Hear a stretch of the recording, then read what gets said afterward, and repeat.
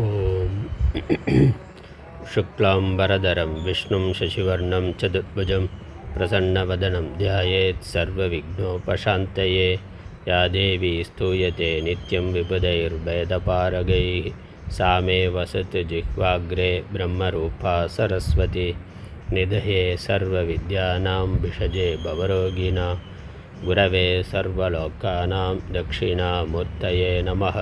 श्रीदक्षिणामूर्तिसुदेशिकेन्द्रं द्वैपायनं सूत्रकृतं मुनीन्द्रं श्रीशङ्करं भाष्यकृतं यतीन्द्रं मद्देशिकञ्चापि नमामि विद्यै. ॐ सहना भवतु सहनौ भुनक्तु सह वीर्यं करवावहै तेजस्विनावधितमस्तु मा विद्विषावहैः. ॐ शान्ति शान्ति शान्तिः.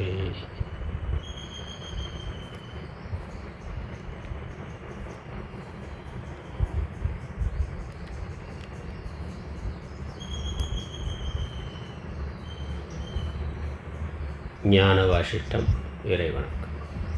யதஸ் சர்வாணி பூதானி பிரதிபாந்தி ஸ்திதானி ச யத்ரைவோபசமம் யாந்தி தஸ்மை சத்யாத்மனே நமः. பெண்மை பாதியன் பெற்ற களிற்றினை அண்மை தூர மரவகத்துண்ணுவாம் திண்மை ஞானச் சிறப்புயர் வாசிஷ்டம் உண்மையாக ஒருங்குரை செய்யவே. பொன்னுலகத்தினில் புவியில் அந்தரத்து என்னுடை உட்புறத்திலங்குகின்றது மண்ணு சிற்றோதியே வடிவம் யாவுமாய் துண்ணுவத பொருள் தொழுதிரெஞ்சுவாம். ஞானவாசிஷ்டம் 5வது உபசம பிரகரணம் 9வது வீதகவ்யன் கதை பாடல் 39-40. ஜகங்கள் மூன்றினும் உண்மையாம் பொருளறி திறமெதுவெனச் செப்பில் ஜகங்கள் யாவையும் தற்பொருள் வடிவன திறமுறு நிறைவாகும். ஜகங்கள் யாவையும் சொரூபமே இதில் திகழ் அபாவ பாவனை எங்கே. ஜகங்களில் செறி பெத்த முத்திகள் எனத் தியங்கு வேற்றுமை எங்கே. பிரிது காண்பன இல்லை நெஞ்சில்லை மெய் பிரம்மமே அவையாகி. செரியும் ஆலிவை யாவும் ஒன்றாகிய சிற்பர விசும்பாகும். நெறிகொள் பந்தம் வீடு எங்குல இதுவென நிகழ்பெரு வடிவாகி. குறியரும் பெரும் பிரம்மமே நின்றது குறைந்து இறந்தது நெஞ்சே.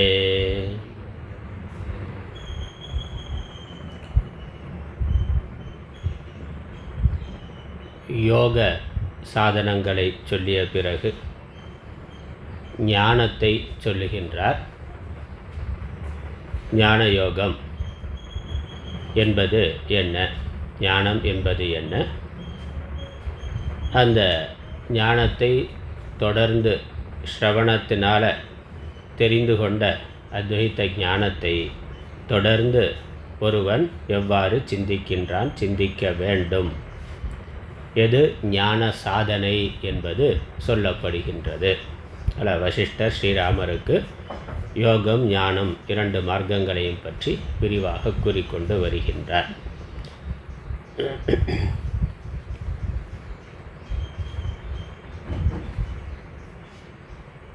அத்வைத்தமான பிரம்மமே இருக்கின்றது. பிரம்மம் ஒன்றே சத்வைஸ்து, அதற்கு அந்நியமாக ஒன்றும் இல்லை.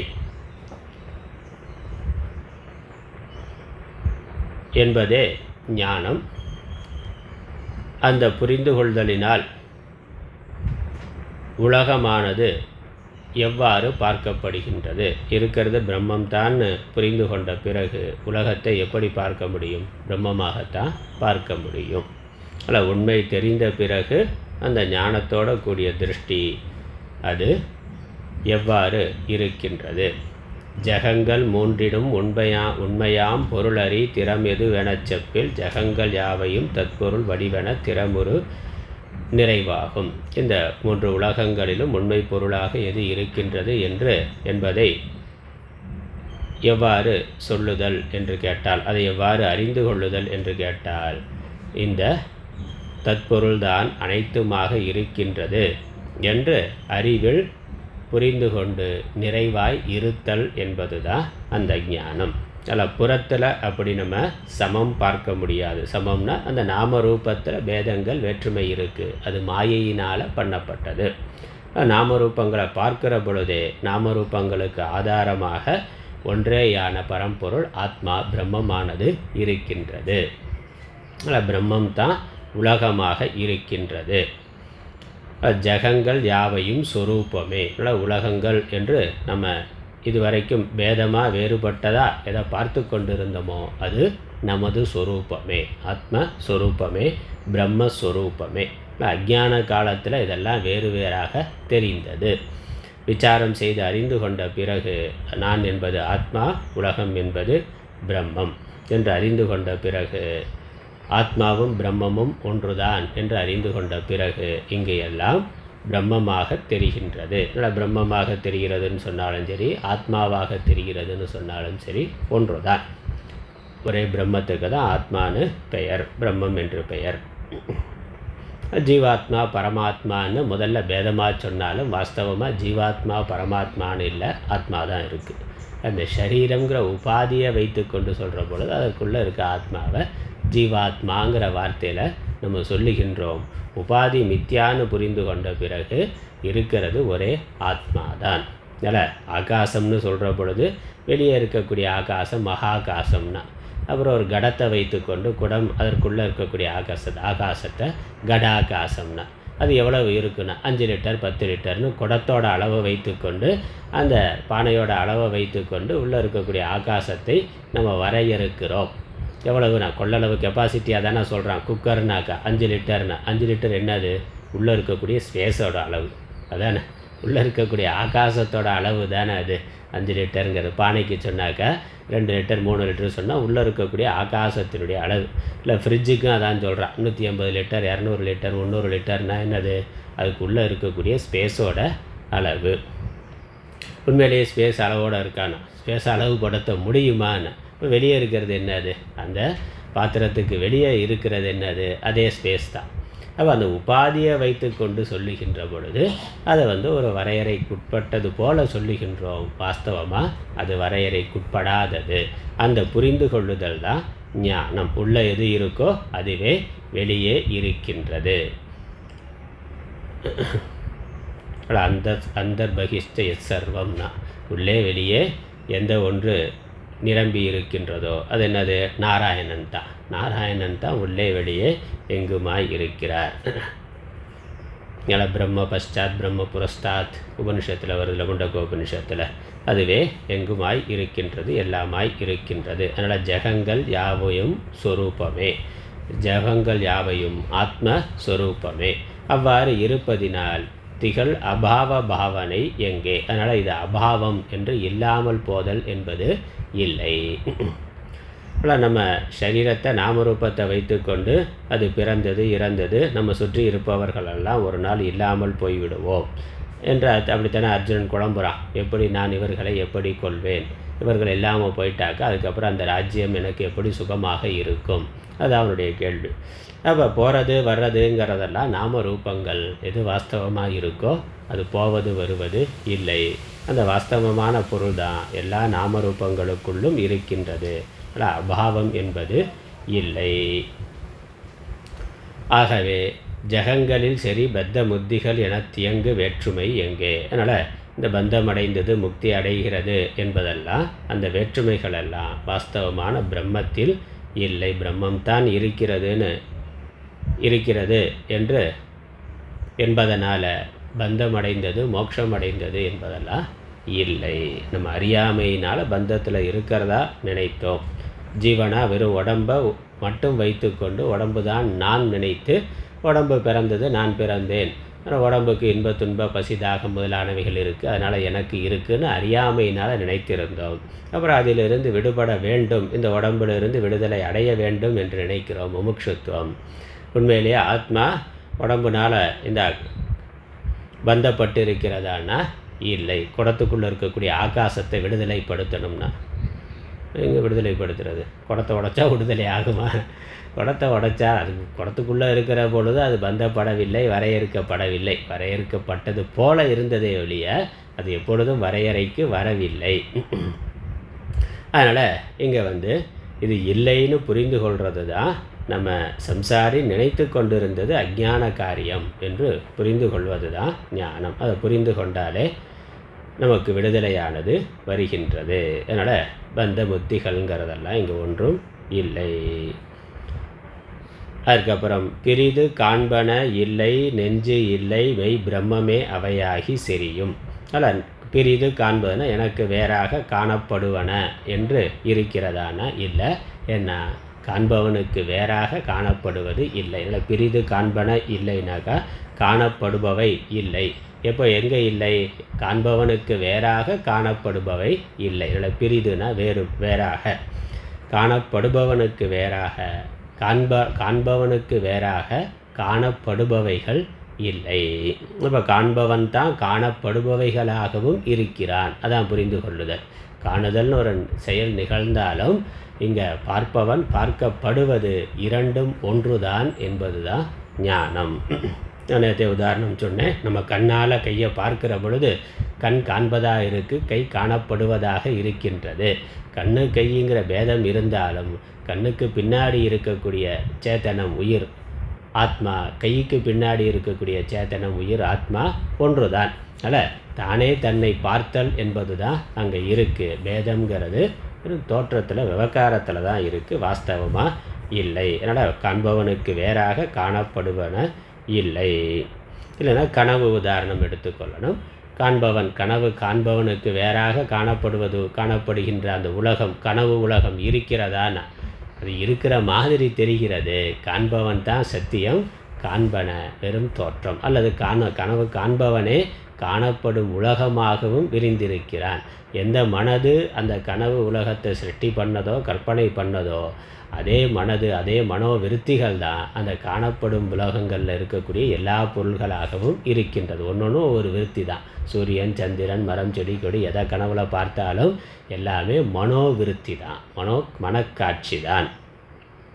அதனால் காணுகின்ற மனதிற்கு வேறாக அந்த காணப்படும் உலகமானது வாஸ்தவமாக இல்லை. அதற்குள்ளே இருக்கிற பொழுது வேறாக தெரிகிறது, ஆனால் வாஸ்தவமாக அது அவ்வாறு இல்லை. அதை புரிந்து கொள்வது அதான் ஞானம். அப்புறம் நெஞ்சு இல்லைன்னு, அதனால் காண்பவன் இல்லை, காணப்படுவதும் இல்லை, இருக்கிறது ஒரே பிரம்மம் தான் அவையாகி செரியும். அனைத்துமாகவும் அந்த பிரம்மம் தான் இருக்கின்றது. ஒரே பரம்பொருள் தான், மெய்ப்பொருள் தான் காண்பதாகவும் காணப்படுவதாகவும் இருக்கின்றது. அதனால் கொல்பவனாகவும் கொல்லப்படுவதாகவும் பகவத்கீதையில் பார்த்தோமே. இப்போ கொல்லுதல் என்பதும் இல்லை, கொல்லப்படுதல் என்பதும் இல்லை. அதனால் அப்படி சொல்லலாம். அல்லது கொல்பவனும் கொல்லப்படுபவனும் ஒரே ஆத்மாதான். ஆனால் தன்னைத்தானே கொன்று கொள்ளுதல்ங்கிறது சாத்தியம் இல்லை. அந்த கொலைங்கிறது, அந்த விவகாரம் என்பது வெறும் மித்யா தோற்ற மாத்திரம். அதனால் மெய் பிரம்மம், ஒரே பிரம்மம் தான் அவைகளாக இருக்கின்றன. இவையாகும் ஒன்றாகிய மால் இவை ஆகும். மால்ங்கிறது மயக்கம், மயக்கத்தை உண்டு பண்ணுகின்ற இந்த விவேகம், ஞானம் தோன்றுவதற்கு முன்னாடி நமக்கு அது வேறாக இருந்தது. அது நமக்கு பிரவர்த்தியோ நிவர்த்திக்கோ தூண்டுதலாக காரணமாக இருந்தது. சிப்பியில் வெள்ளின்னு பார்த்தாக்கா அங்கே பணம் இருக்குது அப்படின்னு போகிறான், பிரவர்த்தி காரணம். கயிற்றில் பாம்புன்னு பார்த்தாக்கா ஐயோ பாம்புன்னு விலகி போகிறோம். இப்போ பிரவர்த்தி நிவர்த்திக்கு இந்த பொய்யான தோற்றமானது காரணமாக இருக்கின்றது. இது மாதிரி உலகங்கிற பொய்யான தோற்றமானது நம்மளுடைய பிரவர்த்தி நிவர்த்திக்கு காரணமாக இருக்கின்றது. ஆனால் இந்த தோற்றம் மால், மயக்கமன்றி வேறொன்றும் இல்லை. அதனால் மால் இவை யாவும் மாலாக தோற்றமாக மயக்கமாக நம்மளுடைய புத்தியில் தோன்றியதாக இருக்கின்ற அனைத்தும் ஒன்றாகிய சித்பர விஷும்பாகும். ஒன்றேயாக இருக்கின்ற, எப்பொழுதும் ஒன்றாகவே இருக்கின்ற சித்பர விஷும்பாகும். சித்து சைத்தன்யம் ஞானம், அது மேலான ஆகாசம்னா அந்த மேலான சிதாகாசம் தான் இதுவாக இவையாக இருக்கின்றது. அதனால் இவை தோற்றமாக நம்மை மயக்குவதாக ஒரு நாம ரூபத்தோடு அது உலகமாக விரிந்திருக்கின்றது, விளங்கி கொண்டிருக்கின்றது.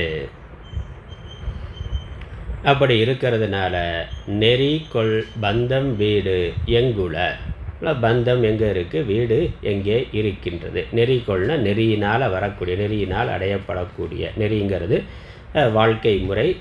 இல்லற நெறி, துறவர நெறின்னு வைத்திருக்கிறோம். இல்லற நெறியினால் பந்தம், துறவர நெறியினால் வீடுனா. அல்ல, நெறி கொள்னா ஒரு நெறியோட சாஸ்திரமே அந்த நெறிகளை சொல்லி இருக்கின்றது.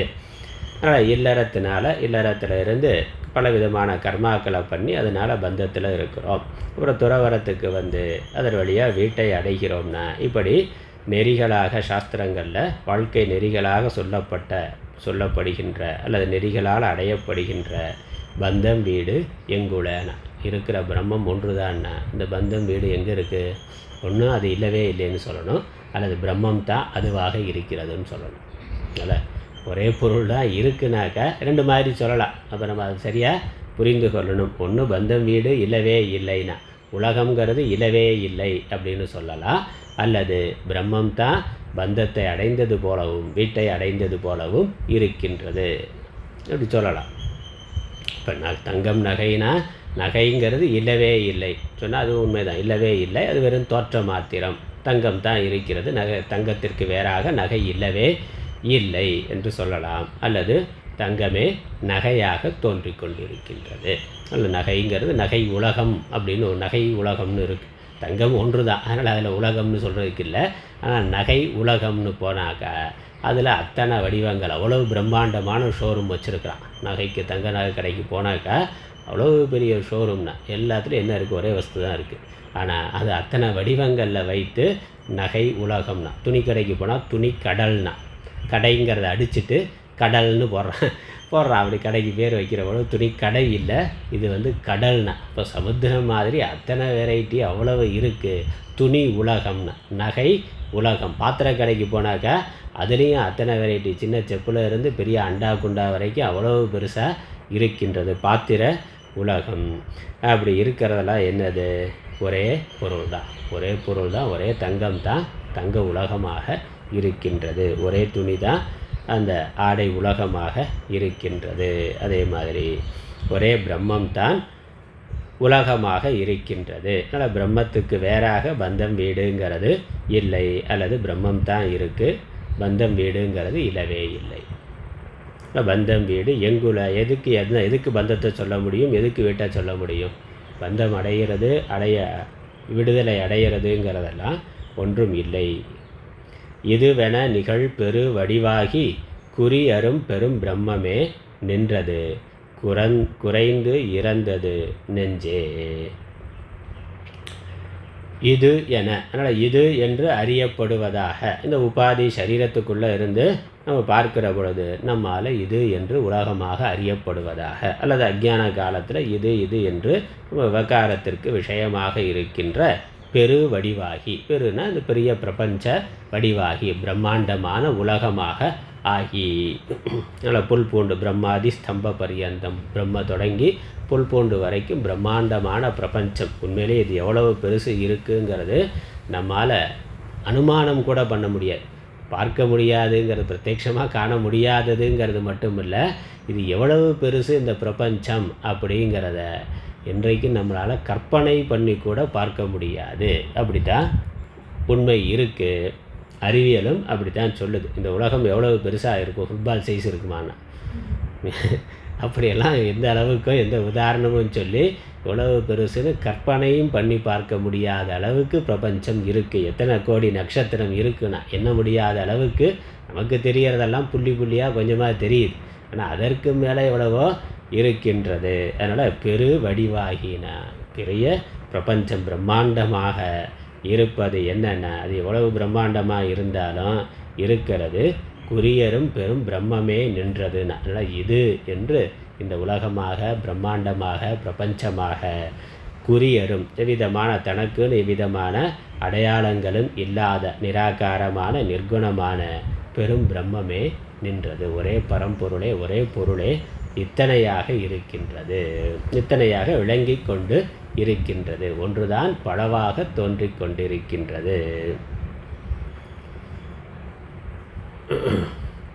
இவ்வாறு புரிந்து கொண்ட குறைந்து இறந்தது நெஞ்சே.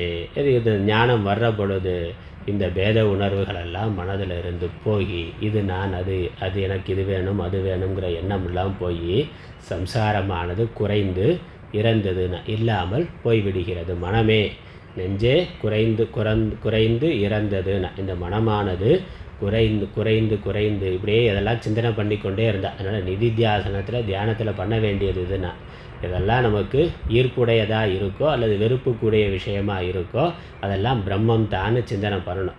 ஏன்னா உலகத்தில் நம்ம தியானம் பண்ணுற பொழுது வைராக்கியத்தில் தியாகம் பண்ணணும், எல்லாத்தையும் விடணுங்கிறோம். நம்மளால் 100% எல்லாத்தையும் விட்டுற முடியுதான்னு முடியலை. ஏதோ சில விஷயங்களில் நமக்கு வைராக்கியம், அது வேதாந்தம் தெரியலைனாலும் வைராக்கியம் இருக்குது. பல விஷயங்களில் சிலருக்கு அனுபவத்தில் காலத்தில் சில விஷயங்களை ஒரு காலத்தில் வைத்து கொண்ட விஷயங்களை இன்னொரு காலத்தில் நாமே விட்டு விடுகிறோம். நமக்கு அது ஈர்ப்புடையதாக இல்லை. ஒருத்தருக்கு ஈர்ப்புடையதாக இருக்கிறது, இன்னொருத்தருக்கு ஈர்ப்புடையதாக இல்லை.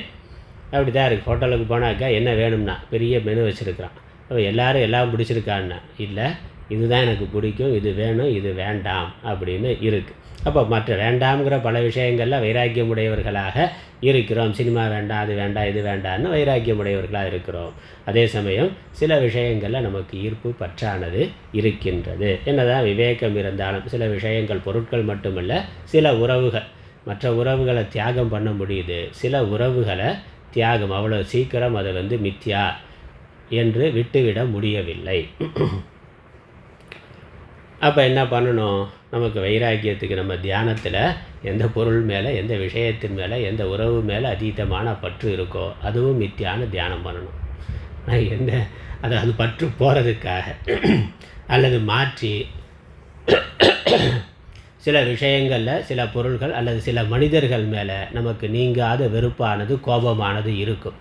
அதுவும் தியானம் பண்ண உட்காந்து அது முதல்ல நிற்கும். அப்போ அதை அதுவும் மித்தியான்னா, அந்த கோபத்துக்குரிய விஷயம் அதுவும் பிரம்மம் தான், அதுவும் ஆத்மா தான். மாயையினால் வசப்பட்டு அது அந்த மாதிரி இருக்கிறது என்று அதன் மேலே இருக்கக்கூடிய வெறுப்பு போகிறதுக்காக அதை குறித்து, அந்த உறவை குறித்து, யார் மேலே வெறுப்பு இருக்கோ கோபம் இருக்கோ அதை குறித்து நம்ம தியானம் பண்ணணும். அதுவும் பிரம்மம் தான் தியானம் பண்ணணும். அதில் நிதித்தியாசனத்தில் ஒன்றொன்றாக எடுத்துக்கொண்டு இது எல்லாமே பிரம்மம்னு சிந்தனை பண்ணணும். எதில் நமக்கு அதீதமான வெறுப்பு இருக்கோ அந்த விஷயங்களுக்கு அதிக முக்கியத்துவம் கொடுத்து அதுவும் பிரம்மம் என்றே சிந்தனை செய்ய வேண்டும். அதனால் இது எல்லாத்தையும் சொல்கிறார். இதெல்லாம் பிரம்மத்தில் தான் இருக்குது. பிரம்மத்திற்கு அந்நியமாக ஒன்றும் இல்லை. ஒன்று பிரம்மம் மட்டும்தான் இருக்குது, வேறு எதுவும் இல்லை. அல்லது பிரம்மமே எல்லாமாகவும் இருக்கின்றது. தியானத்தில் கண்ணை மூடி இருக்கிற பொழுது என்னது? பிரம்மம் மட்டும்தான் இருக்குது, ஆத்மா மட்டும்தான் இருக்குது, வேறு எதுவும் இல்லை. ஆனால் கண்ணை திறந்து உலகத்தை பார்க்கிற பொழுது, உலக விவகாரங்களை பண்ணுகின்ற பொழுது எல்லா நாமரூபங்களும் நமக்கு தெரியுது, எல்லா பொருட்களும் தெரிகின்றது, உலகம் தெரிகின்றது, உறவுகள் தெரிகின்றன. அப்போ என்ன பண்ணணும்? அப்படி பார்க்கின்ற பொழுது அவரே ஆத்மாதான் அனைத்துமாகவும் இருக்கிறதுங்கிற ஞானத்தோட அதை பார்க்கணும். அந்த விவகாரங்களை பண்ணணும். கண்ணை மூடி தூங்கிட்டால் பிரச்சனை இல்லை, தூக்கத்திலே தானே. இந்த ஞானம் இல்லைனாலும் ஆழ்ந்த தூக்கத்தில் கண்ணை மூடி இருக்கிற பொழுது நமக்கு உலகமே இல்லை, உலகமே தெரியலை, நாம் மாத்திரம் இருக்கிறோம். அதே மாதிரி தியானத்தில் இருக்கிற பொழுது ஆத்மா மாத்திரம் இருக்கிறது, நாம் மாத்திரம் இருக்கிறோம், ஒன்றும் பிரச்சனை இல்லை, ஆனந்தத்தோடு இருக்கிறோம். ஆனால் விழித்த பிறகு என்னது? எல்லா உலகமும் வந்து விடுகின்றது.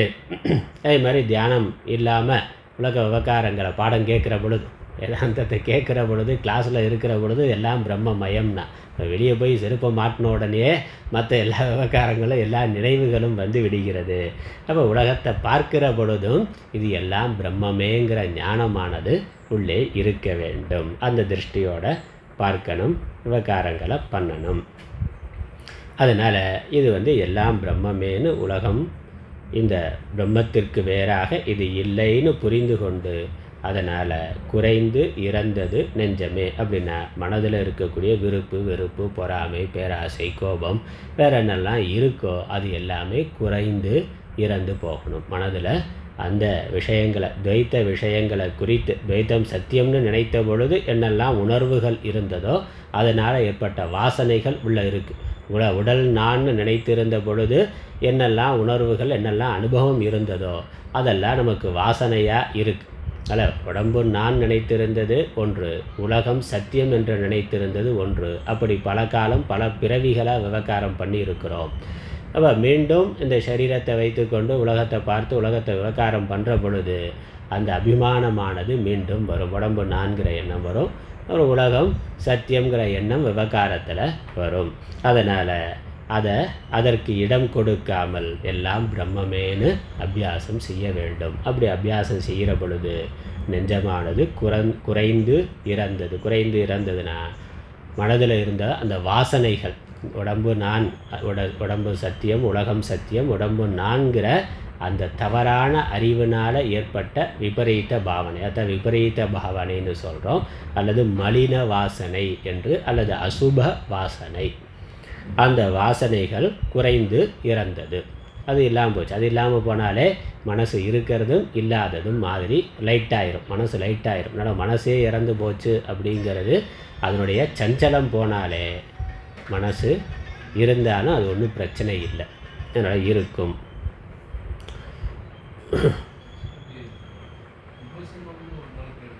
ஆமாம் ஆமாம் உபசாந்தி அப்படிங்கிறது பார்க்குறப்ப சித்த சாந்தி உபசாந்தி மனசு லயமாகிறதுங்கிறது இந்த ஞானத்தினால. அதனால் முன்னாடி யோகத்தினால பிராணாயாமம் முதலான பயிற்சிகளால் மனதை சொரூபத்தில் லயமாக்குறதுங்கிறத சொன்னேன். அப்போ மனசு இல்லாமல் இருக்கிற பொழுது சமாதியில் இருக்கிற பொழுது அந்த ஆனந்தம் இருக்குது. இங்கே ஞான அபியாசத்தினாலேயே இந்த வேதாந்த விஷயங்களை இப்படி சிந்தனை பண்ணுறதுனாலேயே மனதை லைட்டாக்கணும், மனசை அதனுடைய விருப்பு வெறுப்பு வாசனைகள்லேருந்து விடுவிக்கிறது. அப்போ உபசமங்கிறது சொரூபத்தில் ஆத்மாவில் பிரம்மத்தில் மனது லயமாகிறது. அது எங்கே ஏதோ தியானத்தில் சமாதியில் தானான இல்லை, விழித்திருக்கிற பொழுதே உலகத்தை பார்த்து கொண்டு இருக்கிற பொழுதே இது பிரம்மம்னா இது பிரம்மம் அப்படிங்கிற அந்த ஞான திருஷ்டி இருந்தால் அதன் மேலே விருப்பு வெறுப்புங்கிறது மனதில் வராது. விருப்பு வெறுப்பு பொறாமை பேராசை அப்படிங்கிற உணர்வெல்லாம் மனதில் வராமல் இருந்தால் அதான் உபசமம். அதான் மனது உளம் குளிர்ந்து இருத்தல்னு சொன்னார். மனசில் அந்த தாபங்கிறது வருவது இல்லை. ஆமாம், உபசம பிரகரணம்ங்கிறது உபசம பிரகரணம், இந்த தலைப்பு உபசம பிரகரணம் உபசாந்தி பிரகரணம்ங்கிறது இந்த லயம்தான். ஆமாம், இதனால் உலகம் இந்த கதையோடய முடியுது. இந்த உபசம பிரகரணமே இந்த கதையோட முடியுது. அடுத்து நிர்வாண பிரகரணம் வருது. இங்கே முதல்ல சிருஷ்டி பிரகரணம், ஸ்திதி பிரகரணம், லய பிரகரணம். இப்போ சிருஷ்டி ஸ்திதி லயம்ங்கிறது உலகத்தோட தோற்றம் இருப்பு மறைவு. இந்த உலகத்தோட தோற்றம் இருப்பு லயம்ங்கிறது எங்கே இருந்துன்னா மனதில் இருந்துதானே. அதை மகன் சொல்லி கொண்டு இருக்கிறார். மனது தான் உலகத்தை படைக்கின்றது, மனது தான் உலகத்தை இருக்க வைக்கின்றது. அப்புறம் மனது லயமானா உலகமானது லயமாகிவிடும். அதனால் ரெண்டையும் ஒன்றா சொல்கிறேன். இல்லை, உலக லயம்ங்கிறது சிருஷ்டி லயம்ங்கிறது பிரளயம்ங்கிறது மனதோட லயம். அப்புறம் சிருஷ்டி வெளிப்படுதல் என்பது மனத்தினுடைய வெளிப்பாடு, சிருஷ்டி இருத்தல் என்பதும் மனத்தினுடைய இருப்பு. மனது தான் உலகத்தை படைக்கின்றது, மனது தான் உலகத்தை காக்கின்றது, மனசு தான் உலகத்தை தன்னிடத்தில் ஒடுக்கி கொள்ளுகின்றது. அப்போ மனசு லயமானால் அது லயமாகிவிடும், மனதில் இருந்து தான் அது வருது. அதனால் இங்கே மனோலயம்ங்கிறது சிருஷ்டி லயமே கூட. அதனால் ஸ்திதி 3 பிரகரணம் இதுக்கு முன்னாடி இருந்த பிரகரணங்கள் வைராக்கிய பிரகரணம், முமுக்ஷு பிரகரணம், வைராக்கிய பிரகரணம்னு அதுக்கப்புறம் உற்பத்தி பிரகரணம், ஸ்திதி பிரகரணம், லய பிரகரணம். அப்போ சிருஷ்டியோட உற்பத்தி ஸ்திதி லயம், சிருஷ்டியோட உற்பத்தி ஸ்திதி லயம்ங்கிறதும் மனதோட உற்பத்தி ஸ்திதி லயம்ங்கிறதும் ஒன்று தான். ஏன்னா மனது தான் அதை பண்ணி இருக்கு. அதனால் இந்த கதையோட, இந்த வீதகவியன் கதையோட இந்த உபசம பிரகரணம் உபசாந்தி பிரகரணம் முடியுது. அதனால் இந்த 3 அத்தியாயங்களில் சொன்னது பின்னாடி நம்ம சம்மரியாக பார்க்கலாம். மனசு தான் இதை உற்பத்தி பண்ணியிருக்கு, மனசு தான் காப்பாற்றியிருக்கு. மனசு இருக்கிற பொழுது தான் உலகம் இருக்குது, மனசு இல்லைன்னா உலகம் இல்லை. அந்த முடிவுரையாக தான் சொல்கிறார். அதனால் தான் கதையை ஆரம்பிக்காமல் இவ்வளவு போகிறதுங்கிறது லயத்துக்காகத்தான். இதான் லயம் அப்படின்னு காமிக்கிறதுக்கு தான். அதனால் லயப்பிரகரணத்தோட லயம் வரப்போகுது. லயப்பிரகரணத்தோட லயம் என்னது, லயப்பிரகரணத்தோட உபசாந்தி பிரகரணத்தோட முடிவு. அதனால் இந்த விஷயங்களை விரிவாகவே சொல்லுகின்றார். மனசு தான் சம்சாரத்தை உண்டு பண்ணியிருக்கு. மனசு இல்லாமல் போகிறது தான் மோட்சம். மனசு இல்லாமல் எப்படி போக பண்ணுறது அப்படின்னா யோகத்தினால் பண்ணலாம், ஞானத்தினால் பண்ணலாம். ஞான அபியாசத்தை தொடர்ந்து பண்ணுறதுனால எல்லாம் பிரம்மம் தான் என்ற அந்த சிந்தனையினால் பிரம்மம் தான். அடுத்த பாட்டு வரப்போகுது, அடுத்த பாட்டுக்கு போயிடலாம். அடுத்த பாட்டில் இன்னும் சொல்கிறார். மனசு தான் எல்லாமே பண்ணியிருக்குங்கிறதும், இந்த சம்சாரம் முதலானவைகளும் மனசில் தான் இருக்குது, அந்த பிரம்மத்தில் தான் இருக்குங்கிறத சொல்ல போகின்றார். ஆனால் ஒரே பிரம்மம் தான்.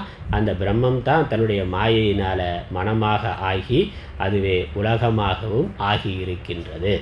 அதனால் வேதாந்த சாஸ்திர விசாரத்தினால இந்த தத்துவ ஞானத்தை நாம் புரிந்து கொள்ளுகின்ற பொழுது அப்புறம் ஞானத்துக்கு பிறகு பிரம்மம் தான் உலகமாக இருக்கிறதுங்கிற புரிதலானது வருகின்றது.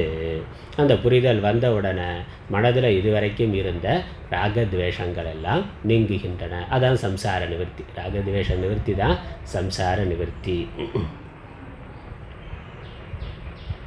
காமம், வெகுளி, மயக்கம் இவை மூன்ற நாமம் கெடும் நோய்னா. நமது காமம், வெகுளி, மயக்கம் மனசிலிருந்து போயிட்டாலே சம்சாரமாகிய நோயானது, பிறவியாகிய நோயானது போய்விடுகிறது. அதை போக்குறதுக்கு என்ன வழினா ஞானம் வழி. நாமம்னா பெயர். இது பேருக்கு கூட இல்லாமல் போகணுங்கிற. காமம், வெகுளி, மயக்கம் இவை மூன்றன் நாமம் கெடன.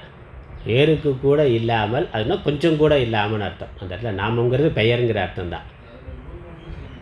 ஆமாம், நான் இவைகள் நாம ரூபமாக தான் இருக்குது.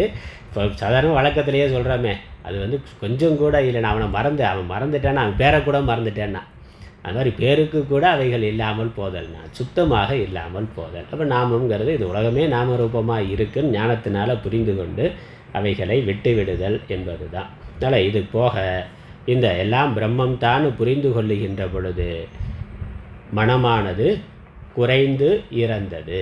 குறைந்து படிப்படியாக அதனுடைய வாசனைகள் எல்லாம் குறைந்து கடைசியில் முற்றிலும் அது இல்லாமலே போய்விடுகின்றது. அடுத்த பாடலுக்கு போகலாம். நாளைன்னா 41வது பாடல். ஒருமையாகவே உணர்வினால் உணர்தியால் உருவை நன்குற நோக்கில் தருவும் கற்களும் படங்களும் முதலிய சற்றும் வேற்றுமை இல்லை. மருவு சங்கற்பம் எங்குல சீவனும் வையகப் பொருள் யாவும் அருகல் இன்றிய சாந்தரூபம் பெரும் அடிமுடி உற நோக்கில் ஒருமையாகவே உணர்வினால் உணர்தியால் உருவை நன்குற நோக்கில் தருவும் கற்களும் படங்களும்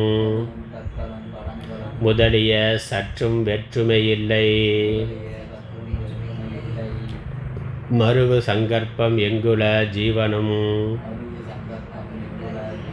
வையகப் பொருள் யாவும் அருகல் இன்றிய சாந்தரூபம் பெரும் அடிமுடி உற நோக்கில் ஒருமையாகவே உணர்வினால் உணர்தியால். உணர்வினால்னா அறிவினால், இந்த அத்வைத ஞானத்தினால், வேதாந்த சாஸ்திர விசாரத்தினால் தோன்றின ஞானத்தினால். அதனால் சாஸ்திரஜன்ய ஞானம், சாஸ்திர விசாரத்தினால குரு உபதேசத்தினால தோன்றிய ஆத்ம அனாத்ம விவேகம். ஒருமையாகவே உணர்வினால் அனைத்தும் ஒருமை. நிச்சயாத்மிகா புத்தின்னு பகவத்கீதையில் பார்த்து கொண்டு இருக்கிறோமே.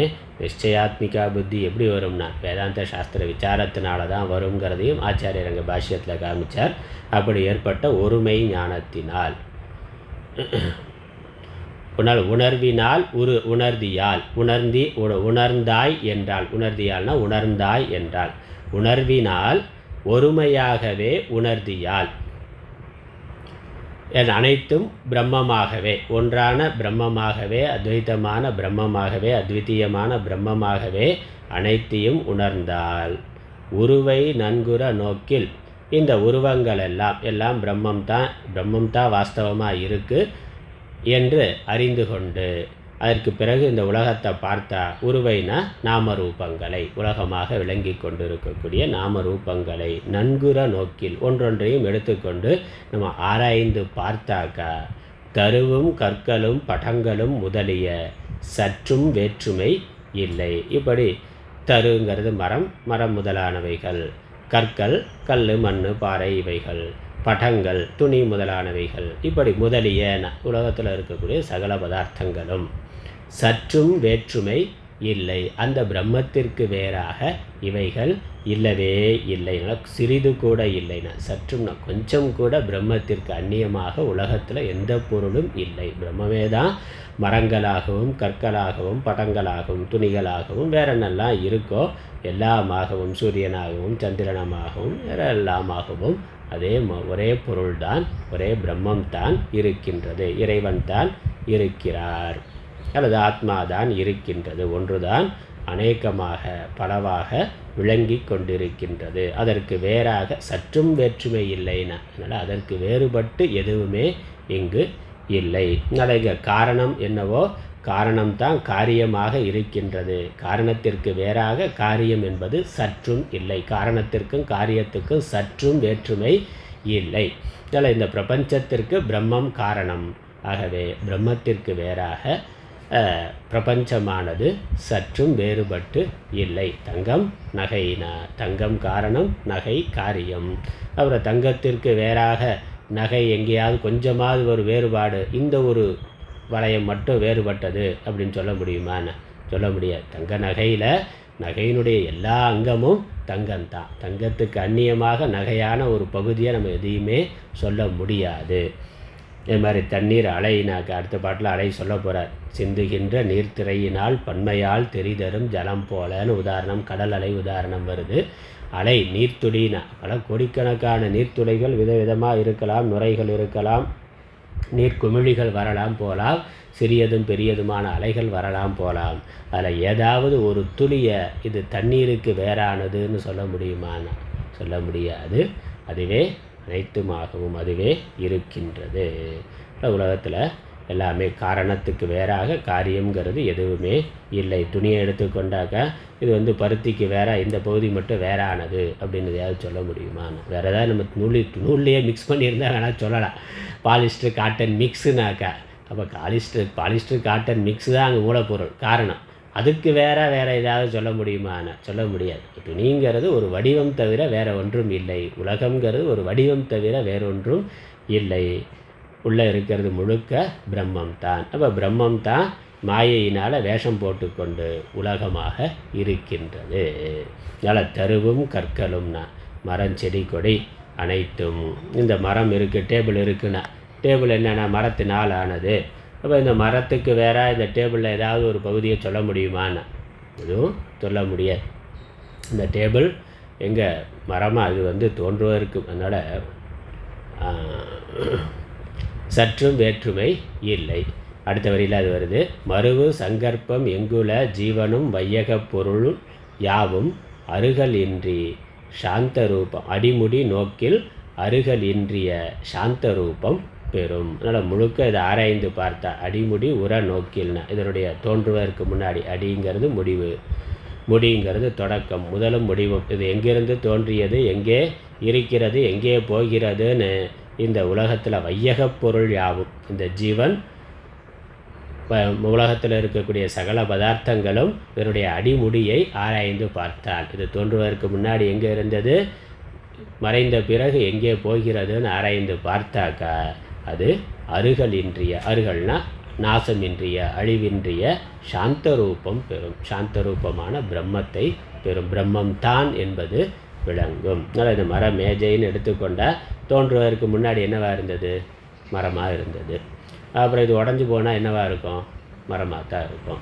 அப்புறம் இந்த மேஜையானது இருக்கிற பொழுது எங்கே இருக்குது, அப்பயும் மரமாக தான் இருக்குது. இருக்கிற பொழுதும் மரமாகத்தான் இருக்குது. தோன்றுவதற்கு முன்னாடியும் மரமாகத்தான் இருந்தது. இது அழிந்த பிறகு மரமாகத்தான் இருக்கும். இருக்கின்ற பொழுதும் மரமாகத்தான் இருக்கின்றது. அதனால் இருக்கிற பொழுது மாறிப்போச்சு அப்படிங்கிறது கிடையாது. நம்ம அப்படி நினைக்கிறோம். அதிலிருந்து இது வந்ததுன்னா அது வேறு இது வேறேன்னு நினைக்கிறோம். அதிலிருந்து அது வந்தது, மரத்திலிருந்து இந்த மேஜை வந்ததுன்னு சொன்னால், மரத்திலிருந்து மேஜை எங்கேயோ பிரிஞ்சு இங்கே வந்துருச்சு, அங்கேருந்து தோன்றி உற்பத்தியாகி எங்கேயோ காட்டில் வனத்தில் இருந்த மரத்திலிருந்து இந்த மேஜையானது தோன்றியது, அப்புறம் அங்கேருந்து இங்கே வந்திருக்கிறது அப்படின்னு மரத்திலிருந்து வந்ததுன்னு சொன்ன உடனே அது தனியாக பிரிந்து வந்து விட்டதுன்னு சொல்ல முடியுமான்னு? மரத்திலிருந்து வந்த மேஜையானது எங்கே இருக்கிறதுன்னு? மரத்தில் தான் இருக்குது. அதனால் அது மரத்திலிருந்து வந்த மேஜை அதே மரத்திலே தான் இருக்கிறது. அவர் அழிந்த பிறகு இந்த மேஜையானது எங்கே போகும்னா அது மரத்துக்கு தான் போகும்னா. இருக்கிற பொழுது மரத்தில் தான் இருக்குது. அதனால் வந்தது போனதுங்கிறதே கிடையாது. இல்லாமல் இருந்து வந்தால் முன்னாடியே மரத்தில் தான் இருந்தது, மரமாக தான் இருந்தது. மேஜையாக இருக்கிற மேஜைன்னு வந்த பிறகும் எங்கே இருக்குது? மரமாக தான் இருக்குது. அப்புறம் மேஜை போன பிறகு எங்கே இருக்கும்? மரமாக தான் இருக்கும். இப்போ வந்தது போனதுங்கிறது என்னது? ஒரு ரூபம், ஒரு வடிவம். மரத்தை ஒரு வடிவத்துக்கு கொண்டு வந்து மேஜைன்னு பேர் நாம் வச்சோம். அந்த ரூபத்துக்கு நாம் பேர் வச்சு இது மேஜை, இது டேபிள் அப்படின்னு ஒவ்வொரு மொழியிலையும் பலவிதமான சப்தங்களில் அந்த பொருளை குறிக்கிறோம். அந்த பொருள் வெறும் நாமரூபத்தை தான் பல சப்தங்களில், பல மொழிகளில், வேறு வேறு வார்த்தைகளில் நம்ம சொல்லுகின்றோம்.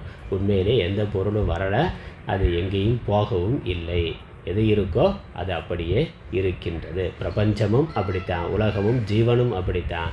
கடவுள்கிட்ட இருந்து வந்தான்னா, அதனால் கடவுளிடம் இருந்து வந்தோம், அதனால் திரும்ப கடவுள்கிட்ட போகணும்னா அப்படித்தானே சாமானியமாக மதம், எல்லா மதங்களும் அப்படித்தான் சொல்லுது. நாமளும் அப்படித்தான் நினைக்கிறோம். கடவுள்னு ஒன்றுமே இல்லைன்னு அவன் சொல்கிறான். எங்கேருந்து வரல, நம்ம எங்கேயும் போக போகிறோம்ல, இங்கே ஏதோ அகஸ்மாத்தமாக தோன்றணும், இருக்கிறோம், செத்தா முடிஞ்சு போச்சுங்கிறது வேறு கருத்து. ஆனால் எல்லா மதங்களும் என்ன சொல்லுது? கடவுள்கிட்ட இருந்து தோன்றி கடவுள்கிட்ட இருந்து வந்தது, கடவுள்கிட்ட இருந்து உலகம் வந்தது, ஜீவர்கள்லாம் கடவுள்கிட்ட இருந்து வந்திருக்கிறோம், திரும்ப கடவுளிடத்தில் போக வேண்டும் அப்படின்னா. இப்போ கடவுள் எங்கே இருக்கார்? அவர் சர்வ வியாபகமாக இருக்கிறார். மரத்திலிருந்து வந்த அந்த உதாரணம் தான். மரத்திலிருந்து மேஜை வந்தது, திரும்ப அது என்ன மரத்துக்கே போகணும்னா. அப்போ இருக்கிற பொழுது எங்கே இருக்குது? மரத்தை விட்டுட்டு தனியாக இருக்கான்னா இருக்க முடியாதே. காரணத்தை விட்டுட்டு காரியம் தனியாக இருக்க முடியாது. இருக்கிற பொழுது அது மரமாகத்தான் இருக்குது. அதே மாதிரி நம்ம கடவுளிடமிருந்து வந்தோம்னா, உலகத்திற்கு கடவுள் காரணம்னா, ஆதிபகவன் முதற்றே உலகுனா. ஆதிபகவன்னா உலகத்திற்கு முதல் பொருள், காரண பொருள், உபாதானம். கடவுள் தான் உபாதானம்னாக்கா கடவுளிடமிருந்து வந்தோங்கிறது வெறும் கற்பனை. எங்கே இருக்கிறோம்னா இப்போ கடவுள்கிட்ட தான் இருக்கிறோம். கடவுளிடமிருந்து வந்தோங்கிறது சரி, ஒரு உபாதி சரீரத்தை வைத்துக்கொண்டு, இந்த மேஜைங்கிற வடிவத்தை வைத்துக்கொண்டு அது மரத்திலிருந்து வந்ததுன்னு சொல்லலாம். ஆனால் அது இருக்கிற பொழுது மேஜை எங்கே இருக்குது? மரத்தில் தான் இருக்குது. அதே மாதிரி இந்த உலகம், ஜீவன், நான் நினைக்கிற பொழுது நம்ம அங்கேருந்து வந்திருக்கிறோம்னா எங்கே இருக்கிறோம்? அங்கேயே தான் இருக்கிறோம். கடவுளிடத்தில் தான் நாம் இருக்கின்றோம். அப்புறம் போனதுக்கப்புறம் எங்கே போவோம்னா கடவுளிடத்தில் தான் போகிறோம்னு அந்த வரனால. அப்போ அதனால் வந்தது போகிறதுங்கிறதே இல்லை. வந்தது போகிறதுங்கிறதே ஒரு மாயை. வருவது போவதுங்கிறது நம்ம அறியாமையினால் கல்பித்து கொண்டது. அதனால் மனசு பண்ணுற வேலை தான் வருகிறது போகிறது அல்லது விவகாரத்துக்காக நம்ம வைத்து கொண்டு இருக்கிறது. உண்மையிலேயே கடவுளிடத்திலிருந்து நாம் எங்கேயும் போகலை. கடவுளிடத்தில் தான், கடவுளிடத்திலிருந்து வந்த நாம் கடவுளிடத்திலேயே இருக்கிறோம். அப்புறம் கடவுளிடத்திலேயே போவோம்னா கடவுள் தான் இருக்கிறார். கடவுள் தான் பல்வேறு ஜீவர்களாக உலகமாக விளங்கி கொண்டிருக்கிறார். காரணம்தான் காரியமாக இருக்கிறதுனா, உலகத்திற்கு கடவுள் காரணம் என்றால், உபாதான காரணம் மூலப்பொருள் என்றால் கடவுள் மட்டும்தான் இருக்கிறார். கடவுள் தான் இருக்கிறார். இல்லை உபாதான காரணம் இல்லை, நிமித்த காரணம் மட்டும் அப்படின்னு சொன்னால் அப்படி தான் துவைத்த மதங்கள் சொல்லுது. பிரகிருதி புருஷன்னு சொல்கிற பொழுது புருஷன் தனியாக இருக்கிறார், பிரகிருதி தனியாக இருக்குது அப்படின்னா அந்த மூலப்பொருள் வேற ஒரு மூலப்பொருளில் இருந்து மனிதனை படைத்தார், உலகத்தை படைத்தார் அப்படின்னா அந்த மூலப்பொருளை எங்கேருந்து படைத்தார், எதிலிருந்து படைத்தார்? கேள்வி வருது இல்லை? இப்போ ஏதோ ஒரு தன்னிடமிருந்து எடுத்திருக்கணும், அல்லது மூலப்பொருளும் சாஸ்வதமாக இருக்கணும், அது சாஸ்வதமாக இருக்கணும். துவைத்த மதங்கள் பிரகிருதி புருஷன் ரெண்டுமே இருபொருள் உண்மைன்னு சொல்லுகின்றன. ஆனால் அது உண்மை இல்லை. இறைவன் தன்னுடைய மாயா சக்தியினால் உலகமாக ஆகியிருக்கின்றார். அதனால் அவர்தான் இங்கே சம்சாரியாகவும் அவர்தான் முக்தனாகவும் ஆகின்றார். அது அடுத்த பாட்டில் சொல்ல போகிறார். அதனால் அடுத்த பாட்டில் அது வரப்போகுது. அங்கே இன்னும் விரிவாக இன்னும் விளக்கம் பார்க்கலாம். இந்த பாட்டில் என்னது? ஒருமையாகவே உணர்வினால் உணர்தியால் உணர்வினால் ஒருமையாகவே உணர்தியால் இந்த சாஸ்திர ஜன்ய ஞானத்தினால வேதாந்த சாஸ்திர விசாரத்தினால தோன்றிய அத்வைத ஞானத்தோடு இந்த உலகம் அனைத்தையும் ஒன்றாகவே உணர்ந்தாய் என்றால் இந்த உலகத்தை நாமரூபமயமான உலகத்தை இதுவரைக்கும் எனக்கு வேறானது நினைத்து கொண்டு பார்த்து கொண்டிருந்த உலகத்தை நன்கு பார்த்து ஆராய்ச்சி செய்தால் தருவும் கற்களும் படங்களும் முதலிய இவ்வாறு பலவாக இருக்கின்ற அனைத்தும் சற்றும் வேற்றுமை இல்லை, அந்த பிரம்மத்திற்கு வேறாக இல்லை. மருவு சங்கற்பம் எங்குலன, இந்த சங்கற்பமானது சங்கற்ப விகல்பம் என்பது எங்கே இருக்கின்றது? நம்ம மனதில் தோன்றுகின்ற சங்கல்ப விகல்பம். இந்த சங்கல்ப விகல்பம் தானே நமக்கு எல்லா விவகாரத்துக்கும் காரணமாக இருக்குது. இப்போ இந்த சங்கல்ப விகல்பம்லாம் எங்கே இருக்குன்னா அதே பிரம்மத்தில் தான் இருக்குது. அந்த பிரம்மத்தினிடத்தில் தான் அதோடைய மனசுங்கிறது எங்கே இருக்குது? பிரம்மத்தில் தான் இருக்குது. அந்த மனசு தான் சங்கல்ப விகல்பம்லாம் செய்கின்ற, அதுவும் பிரம்மத்தினிடத்தில் தான் இருக்குது. ஜீவனும் வையகப் பொருள் யாவும், அந்த சங்கல்ப விகல்பத்தினால் தோன்றிய ஜீவனும் வையகப் பொருள் உலகப் பொருள்கள் யாவும் அருகல் இன்றிய வையகம் யாவும் அடி முடி உர நோக்கில், இதனுடைய முதலும் முடிவும் என்ன, காரணம் என்ன என்று ஆராய்ந்து பார்த்தால் அருகல் இன்றிய சாந்த ரூபம் பெறும். அருகல் இன்றிய சாந்த ரூபமான பிரம்ம ரூபத்தை அவைகள் பெறும். பிரம்மத்திற்கு வேறாக அவைகள் இல்லை என்பது, அந்த பிரம்மமாக சாந்த ரூபமான பிரம்மமாகவே அவை இருக்கின்றது என்பது பெறப்பெறும். அல்லது இதெல்லாம் வேறையாக இருக்குங்கிற எண்ணமானது சாந்தம் அடையும், சாந்த ரூபத்தை அடையும். அதனால் இந்த நாம ரூபங்கள் எல்லாம் சாந்தத்தை அடையும்னா சாந்த ரூபம் அடையும். சாந்த ரூபம்னா பிரம்ம ரூபத்தை அடையும், பிரம்மமாக அது இருக்கும், பிரம்மத்தில் லயமாகிவிடும். பானைகளெல்லாம் எங்கிருக்கிறது, பானையினுடைய முதல் என்ன முடிவு என்னன்னு ஆராய்ச்சி பண்ணால் கடைசியில் பானை பிரம்மத்தில் இந்த பானையானது மண்ணில் சாந்த ரூபம் பெறும்னா மண்ணில் அது சாந்த ரூபம் பெறும். அந்த மாதிரி இந்த பிரம்மத்தில் இவைகளெல்லாம் முடிவை அடையும், பிரம்ம ரூபத்தை அடையும். பிரம்மம் தான் இதுவாக இருக்கிறதுங்கிறது முடிவுக்கு வரும். அதனால் அடுத்த பாட்டு 42வது பாடல். அந்த ரூபம் எப்போதும் நீ ஆகுவை அண்ணலே இரண்டு ஒன்று என்று உந்து பேதத்தால் சரை மரணங்கள் என்று ஒன்னொரு மயக்கத்தால் தொந்த உள்ளத்தால் தான் தனி பிரம்மமே தோன்றுகின்றது தன்னால் சிந்துகின்ற நீள் திரையினால் பன்மையால் தெரிதரும் சலம் போல அந்த ரூபம் எப்போதும் நீ ஆகுவை அண்ணலே இரண்டு ஒன்று என்று உந்து பேதத்தால் சரை மரணங்கள் என்று உன்னொரு மயக்கத்தால் தொந்த உள்ளத்தால் தான் தனி பிரம்மமே தோன்றுகின்றது தன்னால் சிந்துகின்ற நீள் திரையினால் பன்மையால் தெரிதரும் ஜலம் போல அந்த ரூபம் சாந்த ரூபம் பெறும்னு சொன்னாரே. சாந்த ரூபம்னா பிரம்ம ரூபம், எப்பொழுதும் சாந்த சுரூபமாக இருக்கின்ற அந்த பிரம்ம ரூபத்தை பெறும். நிர்விகாரமாக நிர்விகல்பமாக இருக்கின்ற பிரம்ம ரூபத்தை பெறும். அதனால் பிரம்மம் உலகமாக ஆகி இருக்கிறதுனா அது விகாரமாகி விட்டதாங்கன்னு நினைக்கக்கூடாது. அதுதான் சாந்த ரூபம்னு சொல்லிட்டார். அந்த வார்த்தையை போட்டிருக்கிறார். பிரம்ம பதம் பரம்னு போகிறதுக்கு மேலே சாந்த ரூபம் அப்படின்னு பதம் போட்டிருக்கிறதுக்கு காரணம் பிரம்மம் உலகமாக ஆகி இருக்கிறது. அதனால் பிரம்மம் விகாரப்பட்டு விட்டதுன்னு அர்த்தம் எடுக்கக்கூடாது. அதனுடைய சாந்த ரூபம் எப்பொழுதும் மாறாமல் இருக்குது. இந்த விகாரம் என்பது வெறும் நாமரூபம் மாத்திரம், வாஸ்தவம் இல்லை, வெறும் கல்பனை, கல்பித்தம். மனசு கனவு கண்டது, கனவு உலகத்தை படைத்ததுன்னா மனசு விகாரம் அடைஞ்சு கனவு உலகமாக மாறிவிட்டதான்னா மனசு விகாரம் அடைஞ்சு கனவு உலகம் மாறிட்டால் திரும்ப அப்புறம் கனவு உலகம் போன பிறகு என்ன ஆகுதுன்னா பால் தயிராக மாறுற மாதிரி மனசு இந்த இந்த கனவு உலகமாக மாறிவிட்டதுன்னா கனவு உலகம் இருக்கும், மனசு செத்து விட்டதுன்னு ஆயிரும். திரும்ப மனசுக்கு அந்த கனவு உலகம் மட்டும் இருக்க, திரும்ப மனசு ஆகாது. பால் தயிரான பிறகு திரும்ப தயிர் பாலாகுமானா ஆகாது. இல்லை, பால் தயிராகிட்டா தயிராகவே தான் இருக்குது, திரும்ப பாலானது வராது, கிடைக்காது. அது மாதிரி மனது கனவு உலகமாக ஆகிவிட்டதுனாக்கா அப்போ மனசு இல்லாமல் போச்சு, கனவு உலகம் மட்டும்தான் இருக்கான்னா இல்லை, திரும்ப மனசு கனவு உலகம் போன பிறகு மனது வந்து விடுகிறது, இருக்கின்றது. அப்போ என்ன அர்த்தம்? கனவு உலகம் வெறும் தோற்றம் மாத்திரம், வெறும் அத்தியாசம், கல்பனை மாத்திரம். கனவு உலகங்கிறது வாஸ்தவமாக தோன்றலை, வாஸ்தவமாக இருக்கிறது மனசு தான், அதுவே கனவு உலகமாக இருக்குது. அப்புறம் அந்த கனவு உலகத்தை தன்னிடத்திலேயே ஒடுக்கி கொண்டு அது இருக்கின்றது. அதே மாதிரி பிரம்மம் உலகமாக அது கல்பனையாக தோன்றி இருக்கிறது. அப்புறம் உலக பிரளயத்தில் அது தன்னிடத்திலேயே ஒடுக்கி கொண்டு இருக்கின்றது. எவ்விதமான விகாரமும் இல்லாமல் இந்த உலகம் நாமரூபங்கள் வந்து போகின்றன. ஸ்வரூபத்தில் மாறுபாடு இல்லாமல் இவை வந்து போகின்றன. அதுக்காகத்தான் அது சாந்த ரூபம் சொல்கிறார். சாந்த ரூபமாக இருக்கிறது எப்பொழுதுமே சாந்த ரூபமாக இருக்கின்றது. அதனால் பிரம்மம் சம்சாரத்தை அடைந்தது. பிரம்மம் தான் உலகமாக இருக்குன்னா பிரம்மம் சம்சாரத்தை அடைந்தது, அடைந்த மாதிரின்னு.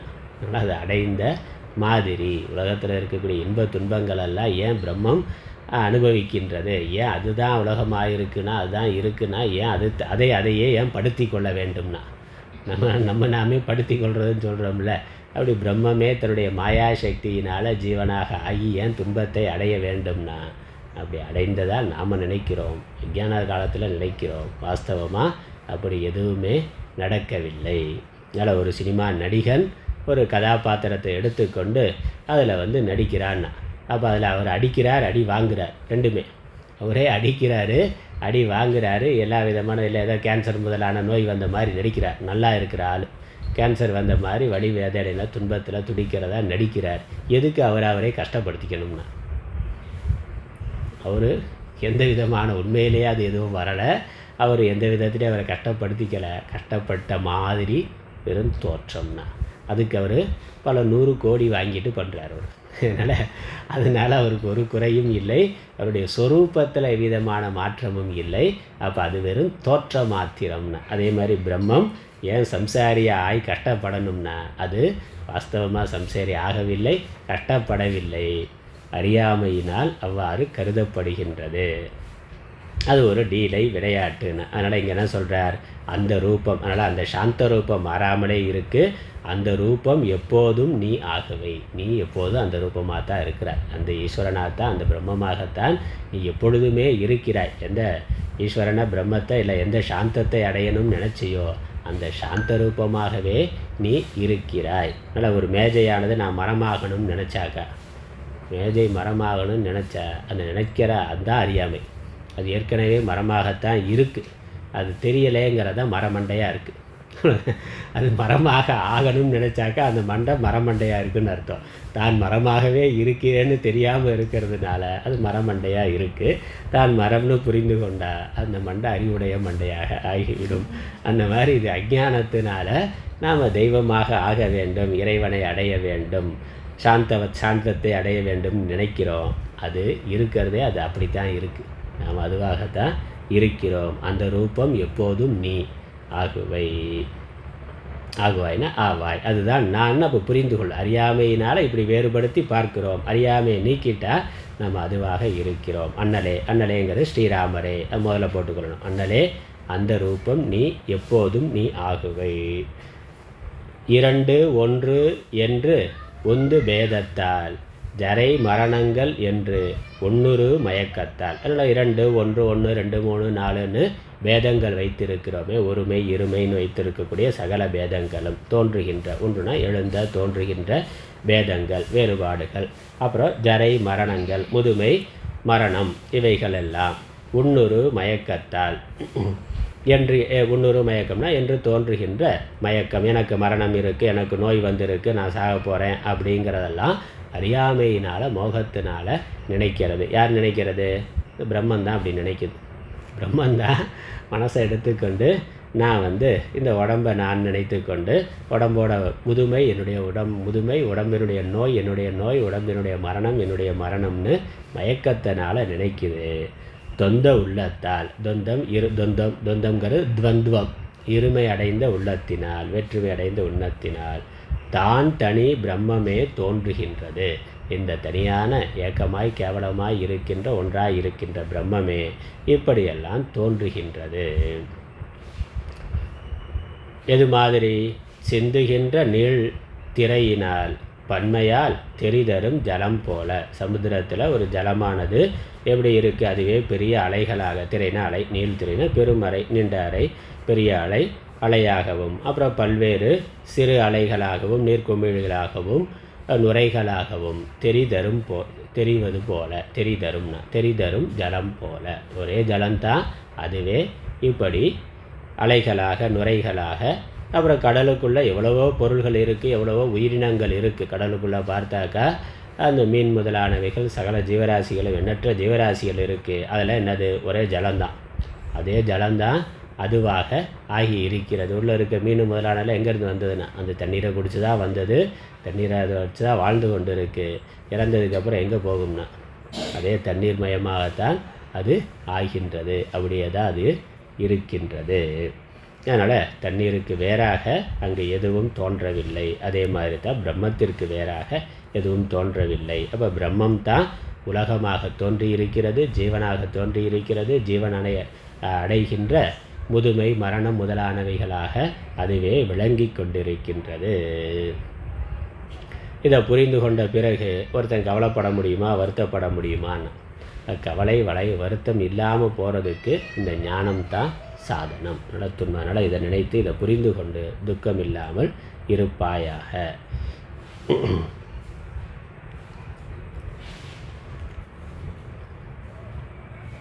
ஆகவே இந்த அத்வைத்த ஞானம், இந்த ஞானத்தினால் இருக்கிறது ஒரு பொருள், அது தோற்றம் மறைவு இல்லாதது. அதனுடைய மாயையினால் அது இவ்வாறு தோற்றமாக, உலகமாக, ஜீவனாக, பிறப்பு இறப்புக்கு உட்பட்டதாக அது லீலை செய்து கொண்டிருக்கின்றது.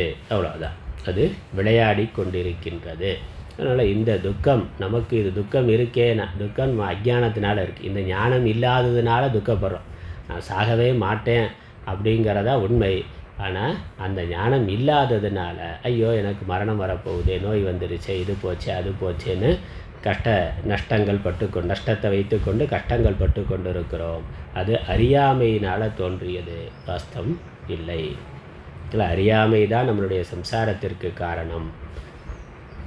வாஸ்தவமாக இங்கே சம்சாரங்கிறது புறத்தில் இல்லை.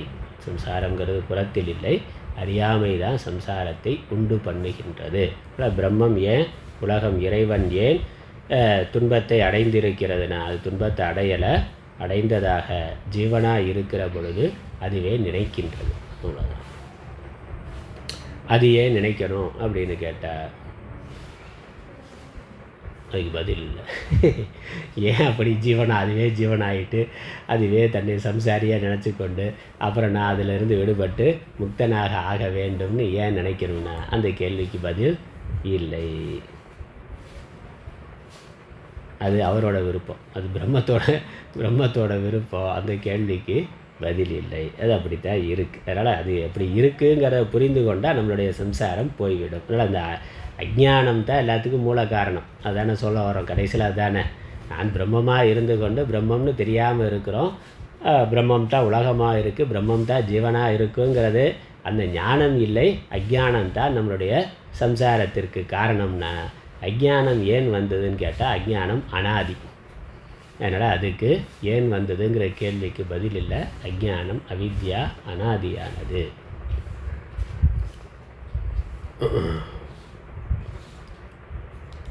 அதனால் ஒரே பிரம்மம் தான் இருக்கிறதுன்னு வருது. ஆகவே நீ அந்த ரூபம் எப்போதும் நீ ஆகவே, அதுவே நான் என்று எப்பொழுதும் இருந்தால் அதான் ஞான யோகம், அதுதான் முக்தி நிலை. மேற்கொண்டு அடுத்த வகுப்பில் பார்க்கலாம். ஓம் ஈஸ்வரோ குருராத்மேதி முக்தி பேத விபாகினே யமவத்யாப்த தேகாய தட்சிணாமூர்த்தயே நமः. ஓம் பூர்ணமதः பூர்ணமிதம் பூர்ணாத் பூர்ணமுதச்யதே பூர்ணஸ்ய பூர்ணமாதாய பூர்ணமேவாவசிஷ்யதே. ஓம் சாந்தி சாந்தி சாந்தி. ஹரி ஓம்.